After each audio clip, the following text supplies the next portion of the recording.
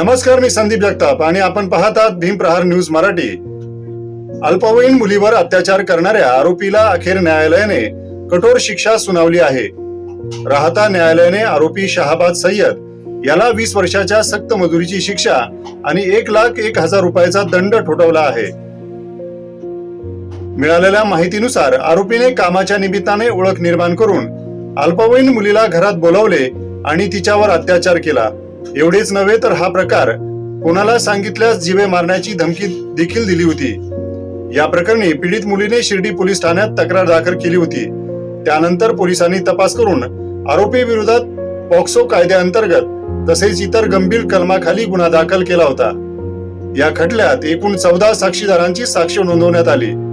सरकार पक्षाच्या वतीने सरकारी वकील बीडी पानगव्हाणे यांनी बाजू मांडली, तर पीडितीच्या वतीने ॲडव्होकेट जयवंत आत्माराम जोशी आणि ॲडव्होकेट व्यंकटेश पंढरीनाथ खिरे यांनी न्यायालयात युक्तिवाद केला।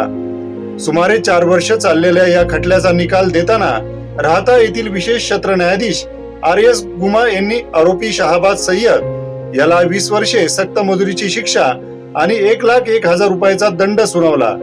या निर्णयामुळे पीडितेला न्याय मिळाल्याची भावना व्यक्त होत असून जिल्ह्यात या निकालाची मोठी चर्चा सुरू आहे। अधिक माहितीसाठी, अधिक बातम्यांसाठी पाहत राहा भीमप्रहार न्यूज मराठी।